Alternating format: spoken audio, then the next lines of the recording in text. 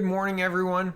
The Liberals are just spending, and they're borrowing to spend. You have to understand, this isn't just like shoveling our money out of a running freight train, right? Like they're just hiring people to continue to shovel money out as it's hurtling down the tracks, right?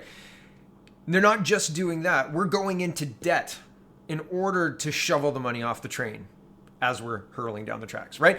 That is what the structure of this spending is. It's debt spending. And it seems inappropriate, and I rail on this every day, to spend a lot of money outside of Canada when we've got some real issues in Canada. We've got municipalities that are stretched to the max at this point in time because municipalities can't go into debt. They have to work with the budget that they have to work within their budget. They can't leverage like provincial AAA ratings or anything like that. They have to manage their budgets with no overdraft, okay? And revenue streams are what cities use to replace taxes. So if you've got like an arena and fees for museums and fees for park use and all of that stuff, those are all revenue streams for the city. And they know approximately how much they're going to make because they say, you know, last year we made X and the year before we made Y. And so this year we're expecting to make Z, right? And usually it's a number that's informed by X and Y. And the reason that they do that is so you don't have to pay for taxes for everything, right? And this has been like an evolving structure of governance as the municipalities have offered more services and property taxes don't necessarily cover those expenses, or they lag behind the cost of the actual price. So like there's the price that the house sells for and the price you pay, the mill rate, the price you pay taxes on, and that's different. So it's also notable that the real estate has gone crazy, right? So there's a lot of money being generated in taxes, but at the same time, it still doesn't cover a lot of municipalities. COVID-19 has routed them, and yet, I mean, that's even just one issue. There are many other economic issues that need attention in Canada, and yet, CTV News is reporting, Liberal government urged to spend $1.5 billion more to battle COVID-19 abroad. Now, Amazing Polly says, who is doing the urging? Who is doing the urging? I don't think she means like the WHO is doing the urging. And who is doing the urging are just like political groups saying, you know, we should be spending 1% of the GDP, and that equals to 1.5 billion more than what we're spending. What we're spending now is $5 billion per year on foreign healthcare. So 300 million is less than what they want. So this article is shaming us for talking about for only giving 300 million. I go, it's not quite enough. But the funny thing here is there's no details. Like there's no minutia. I think that if you have aid like this, right? If you're giving aid like this, you should have like a list of exactly how much money, where it's going, and what the goal for that money is to do. And in that list should be like the how long the money is expected to last. Like this money, it runs out next year, it needs to be renewed, or it's 5 years, or it's always running. And like that's transparency, right? I think that if you don't know where the money's going country by country, then you don't have a good accounting of what this money's doing. Is this money working? Is this money actually even doing what we're saying it's doing? Is this money getting the vaccines to the people? And here's the thing. They're giving it to an agency. So yesterday, the Trudeau government gave a federal grant program, the Volunteer to Work, to We Charity, which everybody's been emailing me, the Kielburger. I met these guys. Like I worked in schools. So I saw the We guys come through. I saw Kielburger. I talked to him. I was a youth care worker. He was like, "Oh, you do such great." He's a slime ball, man. But yeah, I saw the whole thing. I've been there. I watched it, and it preceded. 2 weeks later, I told the guy that I used to talk politics with, I think Trump's going to win, and he was like, that was when he stopped talking to me. Because I made a good case. I was like, dude, did you watch the American Law and Order speech? I said, they're looking for law and order. That's what they want. Anyway, regardless, yeah, weird that the government of Canada can't distribute its own funds. Weird that cronyism seems rampant. Cronyism is giving kickbacks to your friends. Weird that we can't track the money that we're spending. We can't say, we spent $100 million to get X number of vaccines to this country, and we did it, and blah, blah, blah, blah, blah. Here's the receipt. Because we can't even keep track of the receipts for our infrastructure spending in Canada. We can't do that, apparently. That's not possible in Liberal government land. But we're just going to spend $300 million and we're going to all feel good about it and pat ourselves on the back and read the news article that dances away from the minutia of who and talks about how important it is and blah, blah, blah, blah. I'm going to read it, but this is a propaganda piece meant to make you feel okay about the spending. That's what this is. And it's a propaganda piece meant to dance you away from asking about the details because it wants to make you feel okay because this ACT accelerator is taking care of it for you. It's no problem, and it's got Bill and Melinda Gates and everybody's involved. Everybody's happy. Don't worry about your money. We're taking good care of it. CTV News is reporting Canada contributed $300 million on Saturday towards the international fight against COVID-19 as Prime Minister Justin Trudeau joined fellow leaders, activists, and philanthropists in calling for a vaccine to be distributed to the world's neediest people. Okay, pause. I don't want a vaccine distributed at all. Certainly not on the timeline they're talking about on here. It is not at all, not trustworthy. No. I think it's a terrible, awful idea. Terrible, awful idea. And no, just no. Okay, back to this. Trudeau announced the new funds in another virtual international fundraiser, this one sponsored by an organization, Global Citizen, that raised almost $9.5 billion in pledges. Quote, COVID-19 has changed the lives of people everywhere, and it has heightened inequalities around the world, Trudeau said. None of us have been spared from the effects of COVID-19, and none of us can beat it alone. Canada's contribution includes $180 million to address the immediate humanitarian development impacts of the pandemic and $120 million towards a new initiative called the Access to COVID-19 Tools ACT Accelerator. Okay, so if I was doing this report, I would look at the immediate humanitarian and development impacts of the pandemic. Where's the $180 million going, CTV? You never hear about it again. The rest of the article is about ACT Accelerator, okay? And just quickly, yesterday I was like, hey, what happened to that Alberta oil patch? I saw, the last thing was April. Is there an update? And actually there was an update, June 12th. Today's June 28th. June 12th is the last update. I still feel like there's been no update from here, okay? And there's another article I'm going to show you, but here's a Calgary Sun article. It says, hey, Trudeau, where's the Alberta oil patch help? And the only part of this one I'm going to show you is day 78, Liberals promised loans. All that's delivered is a sign-up sheet for updates. Joining an email does nothing. True. And here's an article published by the CBC on the same date, June 12th. Oil patch suppliers have survived many downturns, but this crisis is proving more treacherous. So I'm going to conclude that I don't think the Alberta oil patch help that's been promised has been delivered. But they've got $900 million to give to We Charity, to pay people to volunteer for $10 an hour. Isn't that illegal? It's illegal. I'm pretty sure that's illegal. And they've got $300 million. Let's just give $300 million. $180 million to deal with, random humanitarian aid. It's a lambada, whatever you want. Okay, there you go. And then $120 million towards the ACT initiative. And then the news just is like, yeah, okay, let's do the ACT thing. Forget that $180 million. Okay, back to this. The ACT Accelerator was created in April by the World Health Organization, the French government, the European Commission, and the Bill and Melinda Gates Foundation to ensure equitable access to medical treatments.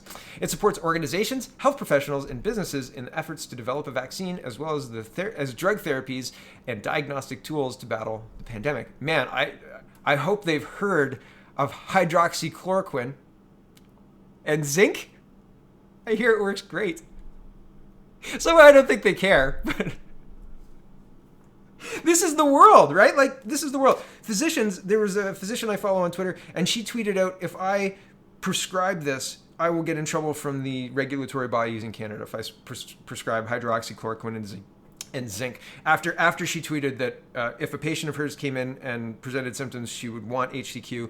If her parents or family presented symptoms, she would want HCQ for them. And if she presented symptoms, she would want HCQ and zinc for her. So I think that it's really crazy that we're spending hundreds of millions of dollars on the pursuit of a vaccine that nobody will take. But a lot of people would trust HCQ and zinc because HCQ is a pill that costs 7 cents a dose, I think 7 cents a dose, and has been around for 60 years, trialed in humans for 60 years. They were giving them away to Vietnam, people in Vietnam when the Vietnam War was happening, like candy, I think is the quote that I read. So it is just inappropriate that the government of Canada is just ignoring reality for their own reality. We're fighting the good fight with all these humanitarian organizations and the WHO, who definitely never lied and definitely never got anything wrong in this whole thing and definitely didn't hold water for China while China was infecting the world with this deadly virus.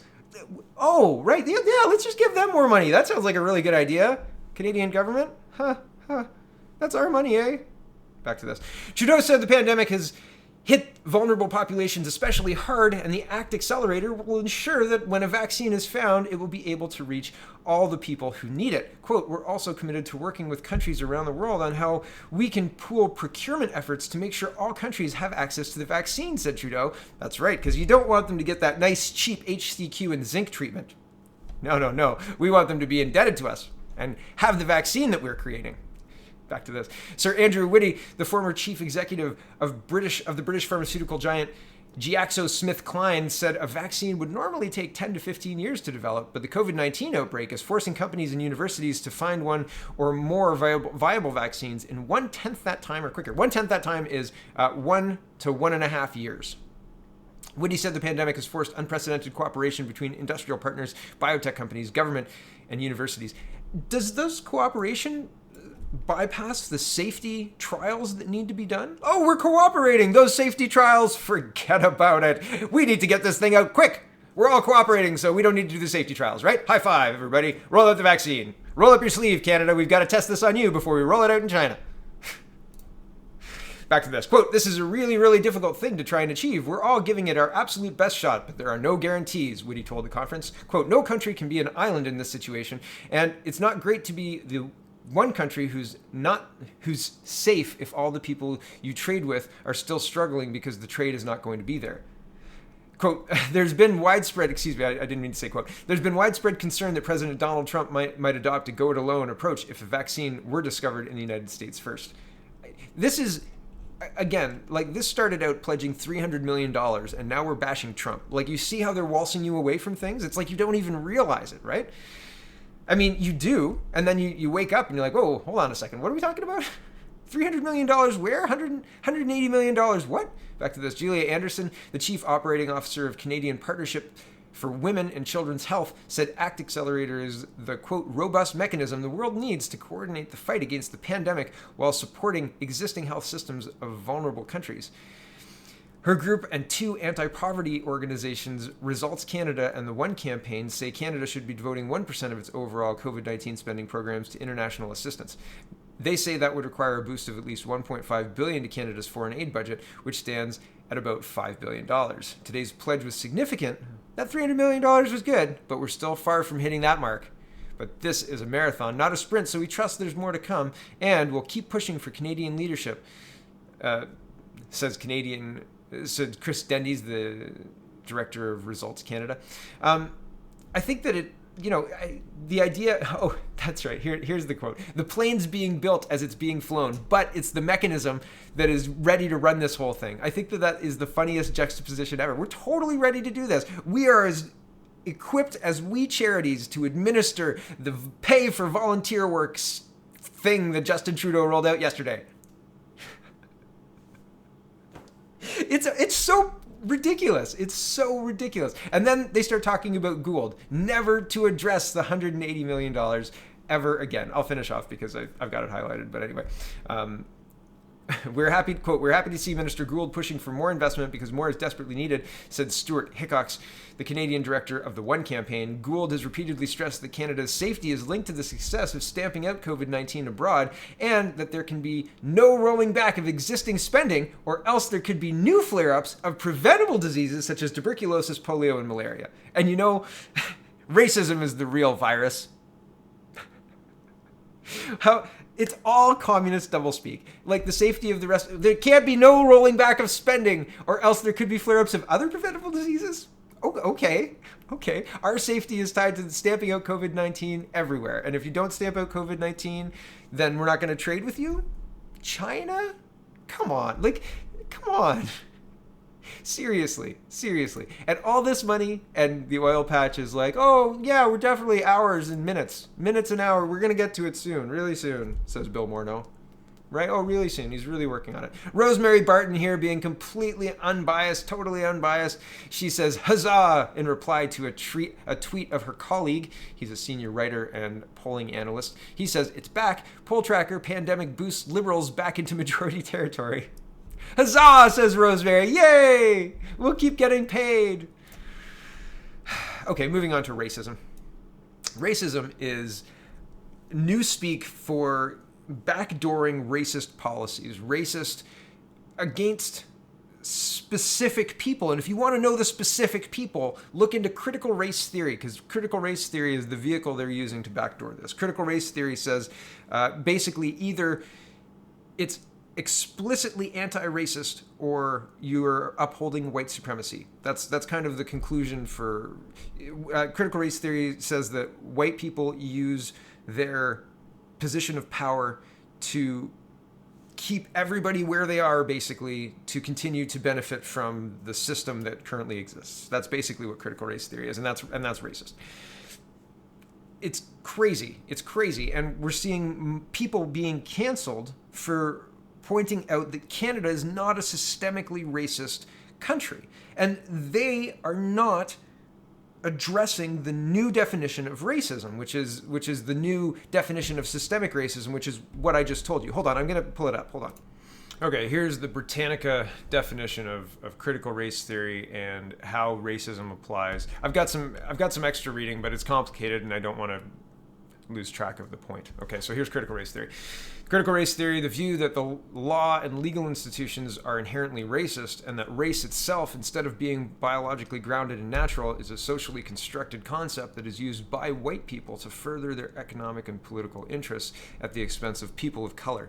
According to critical race theory, racial inequalities emerges from the social, economic, and legal differences that white people create between races to maintain elite white interests in labor markets and politics, giving rise to poverty and criminality in many minority communities. So this is specifically blaming white people for the ills and inequalities because of the systems they create. And other people have extrapolated that out to say, and other people, I'm talking about school board trustees and school board employees that are in charge of inequality and racism policies in school boards. They've extrapolated that out to say that any systems built by white people are inherently racist because they're built by white people. And I just think that that level of discord is just intolerable in our society.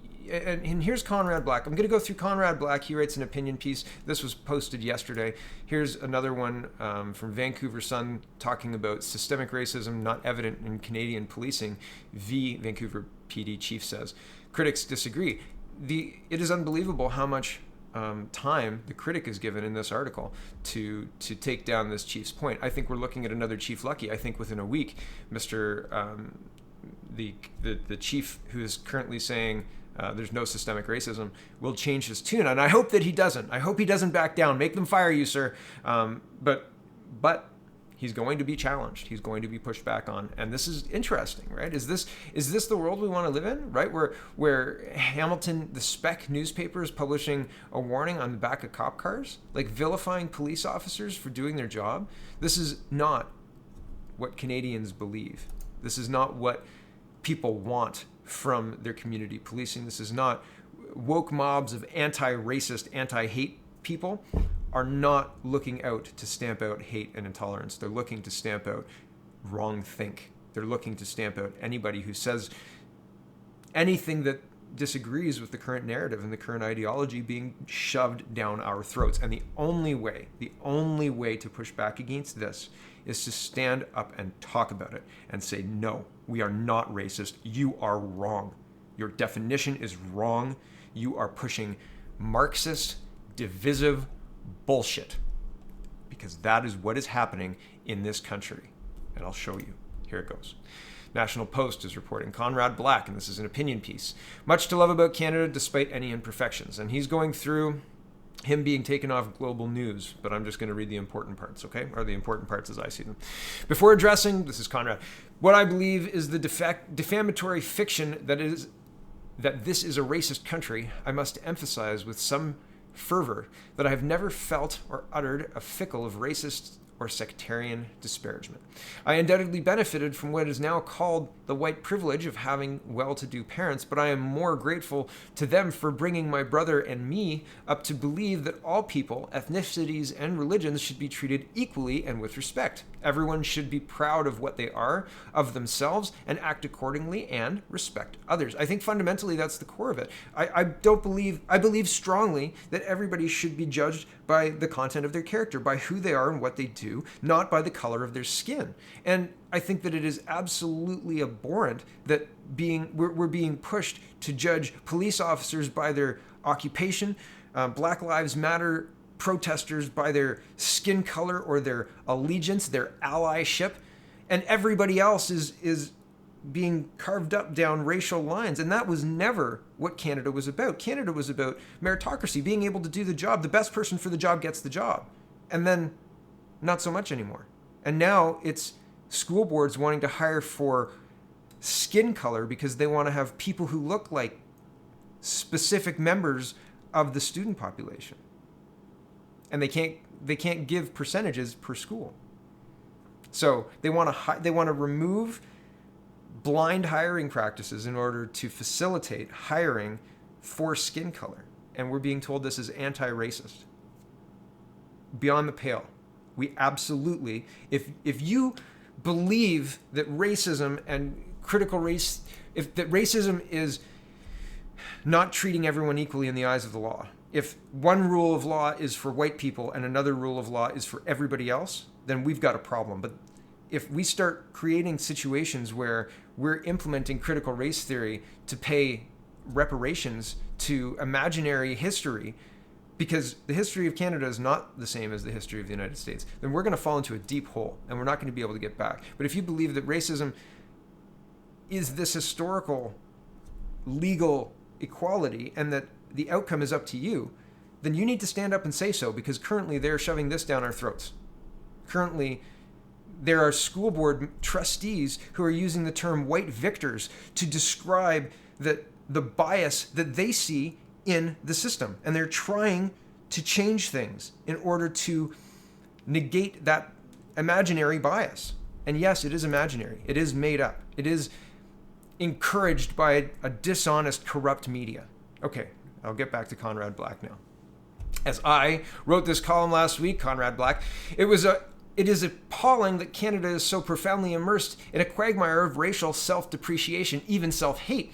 It is impossible to turn on a newscast or pick up a newspaper in this country without some new protestation against the systemic racism SR of the country. I scroll down. I have no standing to claim that there has not been discrimination against non-whites, though I can certainly assert that as an employer I have never practiced nor tolerated it. And I can also assert that the overwhelming majority of our countrymen is as maliciously opposed to it as I am. 2 weeks ago I said in what was for several years my weekly Friday appearance with the great Canadian John Oakley, my old friend from my Montreal days, Peter Sherman, was actually substituting for John on this day, on Chorus's Global News Radio 640, precisely that Canada is not systemically racist, that there are instances of racial discrimination, but that the overwhelming majority of Canadians are unprejudiced and equitable towards minorities. A cable apparently arose within Chorus among the more belligerent adherents to the systemic racism view of Canada, and after a week of intense maneuver that I was unaware of, though I thought Ted Rogers' family still owned the station, John Oakley called an hour before airtime and said that he had been non-negotiably told to tell me that my radio visits with him were canceled permanently. I received churlish tweets from Charles Adler, already apparently still on air in Vancouver. The last time I heard him was about 20 years ago, and he was somewhat sensible. Apparently one of the ringleaders of this pushed against me.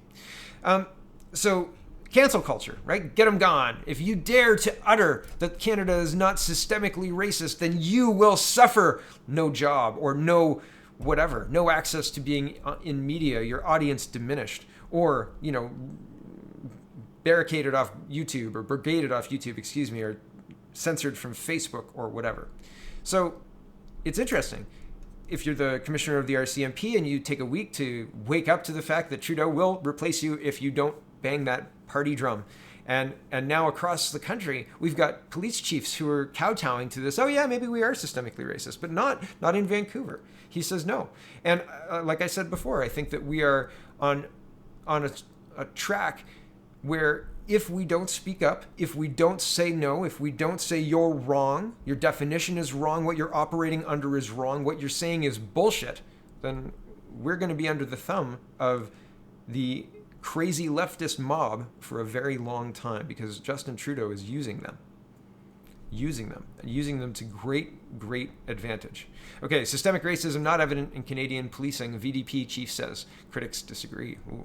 Racism is a persistent scourge in Canadian society, but not a systemic problem in the country's policing, says Vancouver's top cop. Vancouver Police Chief Adam Palmer isn't denying the presence of officers with racist views within police forces in Canada, but Palmer, who is also president of the Canadian Association of Chiefs of Police, says that the suggestion of systemic racism, usually defined as racism entrenched within an institution in Canadian policing, is not only untrue but offensive. Not everyone agrees with Palmer's assessment. The head of the BC Libral Association said she found Palmer's statements offensive in its own right, citing several recent examples, including this week when the new allegations surfaced of disturbing misconduct by VPD officers. In a wide-ranging interview this week, Palmer discussed his thoughts on the current movement, in which protesters around the world are pushing for reforming, defunding, or abolishing police as we know it, and many politicians, including in Vancouver, are responding with their own calls for change. These are extraordinary times, unlike anything Palmer has seen in his 33 years in policing, he said. When the COVID-19 pandemic shut down much of Vancouver starting in March, police officers, without the option of working from home, carried on working in the community through uncertain times. During those early weeks of the pandemic, Palmer recalls members of the public showed their gratitude for police officers and other frontline workers in a really receptive, warm, and thoughtful way. But last month, things changed. And they go through George Floyd. Almost overnight, just because something 4 cops did down in Minneapolis that had a ripple effect not just through the United States, but through Canada, the whole Western world, Australia, New Zealand, Western Europe, it's everywhere, Palmer said. We saw a lot of people jumping on this train that policing is broken and has to be fixed, and police are violent, and police don't have proper training, and police are racist. Palmer signed a public statement earlier this month on behalf of Canadian Association of Police of Chiefs, saying police leaders across Canada are deeply saddened and disturbed by the tragic death of Mr. George Floyd at the hands of police in Minneapolis, calling for accountability for the officers involved and peace, justice, and healing for everyone who has been hurt and impacted by this.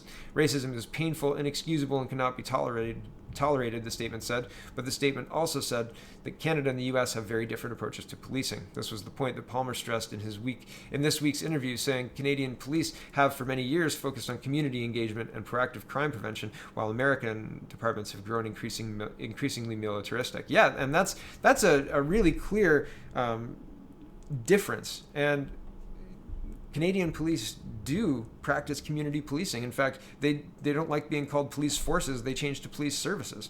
There's a big difference, and it's really not being covered well. Shock by our fake news media.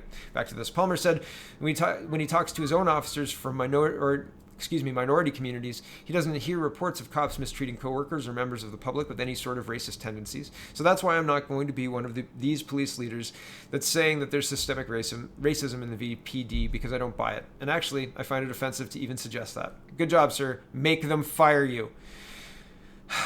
Harsha Wylia, executive director of the BC Civil Liberties Association, believes Palmer's statement is what's offensive. It's an appalling comment, Walia said. There's ample evidence. Okay, she goes through all this. What's interesting to me is it's not like the article went through and fact-checked the police chief's comments. They didn't have links to historic police police training that's done. It doesn't have links to the community work that's done by police every Christmas, every 6 months. In Guelph, the police do a lot of community work with kids and et cetera, but they do like 3 paragraphs of links to other stories highlighting when there were questionable VPD blah blah blah blah blah, and they use it to prove Walia's point, saying there are gaping holes in the current police oversight system. And again, when you've got all of these reports, that you can get a report to say pretty much anything. Like when you have an online survey that is closed to everybody but people within your organization, and the outcome is anonymized, you can make it say anything. Well, I don't know who said it, but these are the concerns. Oh, sure, yeah. It's very interesting. You can make reports say anything you want. You can get You can say the conclusion we'd like to draw is this: make it happen. And we're not dealing with honest people here. Like, we're really not. Back to this. Asked about this, Palmer said that while any allegations of officers making inappropriate comments doesn't sit well with him, he described it as a perfect example of the stringent oversight to which VPD is subject. The VPD, upon learning of the allegations late last year, Palmer said, contacted the officer of the Police Complaints Commissioner requesting an investigation. The agency has called the allegations concerning and said it will ensure a diligent investigation. Although Palmer rejects the idea systemic racism was a problem in the VPD, he says his department is listening in the community and still needs to make more progress. Our relationship with the Indigenous community in particular, we've had a history where we haven't done well there, but we're doing much better now, Palmer said, but we always need to do better with different communities, the Black community, the Indigenous community, and others. There's more improvement to do. Believe me, we're not where we need to be. We're not resting on our laurels. So he's saying there's always more work to do, and we can always do better, and we can always do training. It's interesting. I think they'll use this. I think they'll use this right here. We've had a history where we haven't done that well there. And if you go and look at, I have hold on. I was going to say on this website here, I've been reading about critical race theory and what it believes, and basically one of the tenets it says is if there's a difference between the achievement of a white student and a non-white student, then the difference is explained by the systemic racism. And if there is not a difference between between a white student and a non-white white student at the time of testing, but there historically was a difference between the non-white student and the white student, then that historical difference is used to say there is systemic racism, and it's just hidden better now.